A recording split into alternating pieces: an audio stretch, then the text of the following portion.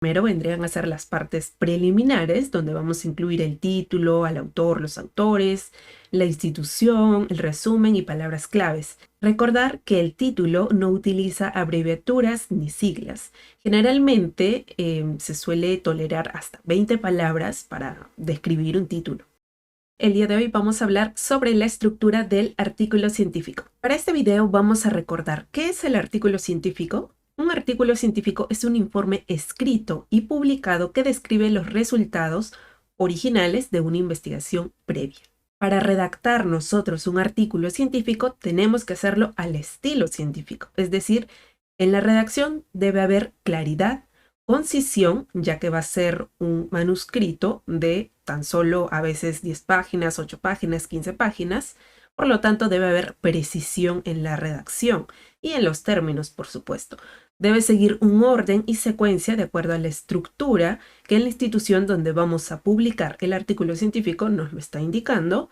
Debe tener también sencillez y naturalidad al redactarlo. Generalmente, los artículos científicos deben seguir la siguiente estructura, que es el IMRID, que significa introducción, métodos, resultados y discusión.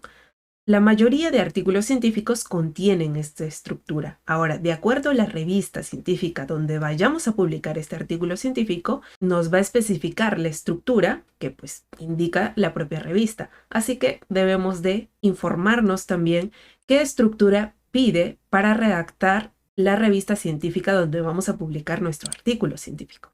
Y para recordar qué contiene la estructura del IMRID, pues primero nos vamos a fiar del documento donde ya hemos redactado probablemente nuestra investigación, lo cual puede ser quizás una tesis o una investigación en particular que hayamos redactado anteriormente y querramos ahora hacerlo como un artículo científico. Entonces, en la introducción vamos a colocar el problema que hemos estudiado, colocando en resumen la parte del planteamiento del problema, los antecedentes, la justificación y parte del marco teórico también. En el apartado de métodos vamos a colocar cómo se estudió el problema. Ahí vamos a especificar las técnicas e instrumentos que utilizamos para la investigación. En la parte de resultados vamos a colocar de manera secuencial también cuáles fueron los hallazgos a los que llegamos con nuestra investigación, adjuntando tablas, gráficos también, si es que la estructura de la revista donde vamos a publicar nuestro artículo científico también lo permite. Y en el apartado de discusión, ahí vamos a colocar el análisis de los resultados que obtuvimos junto con el contraste de investigaciones previas que se hallaron al respecto. Allí también podemos comentar las conclusiones o conclusión general a la que se llegó. Ahora vámonos directo a las partes de la estructura de un artículo científico en general, los cuales vendrían a dividirse en 3 grandes apartados, los cuales primero vendrían a ser las partes preliminares, donde vamos a incluir el título, al autor, los autores, la institución, el resumen y palabras claves. En el segundo apartado vamos a incluir las partes en sí del cuerpo del artículo científico, donde vamos a incluir la introducción, los métodos, resultados, discusión y conclusión. Y en la parte final, en las partes finales, vamos a colocar los agradecimientos, las referencias bibliográficas y los apéndices. Y aquí vamos a hacer un stop para comentarte de que JP Consultoría cuenta con el servicio de asesoría y redacción de tesis, así como de artículos científicos. Si estás interesado en que te apoyemos en estos trabajos o en algún apartado de la tesis o del artículo científico, puedes contar con nosotros. Aquí abajo en la descripción te indico cómo puedes contactarte directamente con nosotros. Ahora vamos a ver específicamente qué contienen y cómo podemos también empezar a redactar cada uno de estos puntos. Comenzando primero con el título. El título debe ser el indicativo en sí del contenido. Podemos copiarlo tal vez de la tesis que ya hemos realizado. Debe ser claro, fácil de entender, conciso también, con un lenguaje sencillo y con el uso de palabras clave, para que así también sea de fácil acceso a futuros investigadores o personas interesadas en encontrar nuestro artículo científico. Recordar que el título no utiliza abreviaturas ni siglas. Generalmente se suele tolerar hasta 20 palabras para describir un título. Y debe estar también en un tono afirmativo, no puede ser, digamos, un título en pregunta.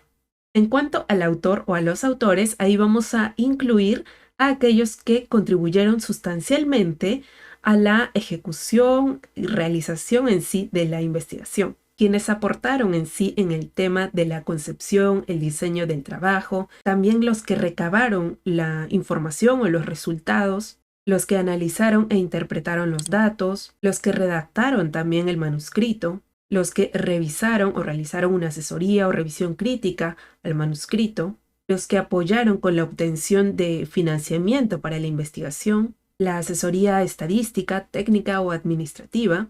Son todas aquellas personas que contribuyeron en estos aspectos y quienes también tendrían la potestad de ser autores para el artículo científico.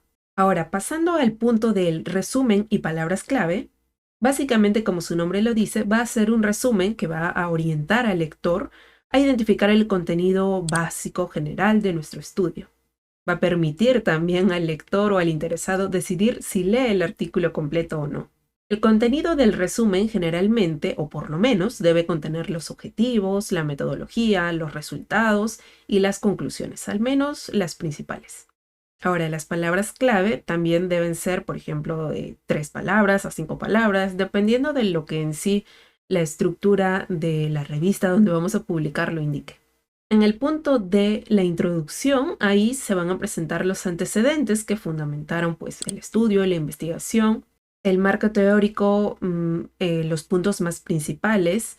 Ahí también vamos a definir el problema de la investigación, la identificación de las variables, incluyendo también las revisiones bibliográficas, citando por supuesto, definiendo también los objetivos del estudio, las hipótesis y terminando con la formulación de la pregunta de la investigación. En el punto de métodos vamos a describir el diseño de la investigación, explicando cómo se llevó a cabo la misma, también los procedimientos de manera resumida.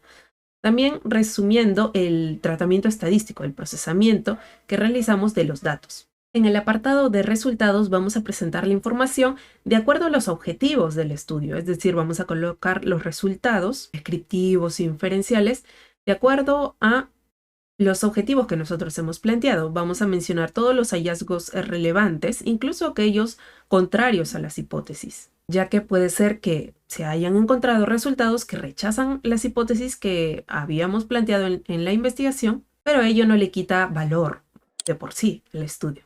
Ahora, en el punto de la discusión, ahí vamos a examinar e interpretar en sí los resultados que hemos obtenido. Vamos a evaluar y calificar las implicaciones de los resultados, especialmente respecto a las hipótesis que ya previamente se habían planteado. Vamos a sacar inferencias al respecto, especificando pues las similitudes y las diferencias entre los resultados del estudio junto con el trabajo de otros autores. Y por supuesto también vamos a incluir sugerencias para la mejora del propio estudio y proponer pues futuras mejoras, futuros estudios, futuras problemáticas a investigar. Ahora, acá en el punto de agradecimientos, aquí vamos a reconocer la cooperación de todas las personas y o entidades que ayudaron realmente al autor, a los autores en su investigación. Por ejemplo, a asesores o las personas que revisaron la redacción del artículo o ayudaron en sí a la culminación del mismo. Aquí como criterio ya profesional, es importante mencionar en agradecimientos específicamente a estas personas.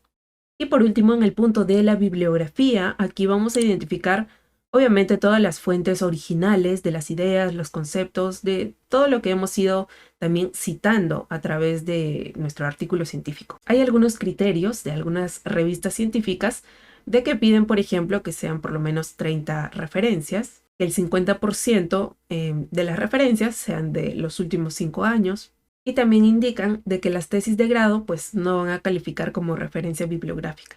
Y ya por último, en el punto de los apéndices, si es que la revista científica donde vamos a publicar lo permite, podemos colocar diversas imágenes o los gráficos también de nuestros resultados y en sí de todo el proceso de desarrollo de la investigación. Es así entonces como terminamos la estructura del artículo científico. Aquí hemos aprendido un poco más a fondo qué es lo que contiene un artículo científico y cómo podemos empezar a redactarlo. Estoy segura que te ha servido muchísimo.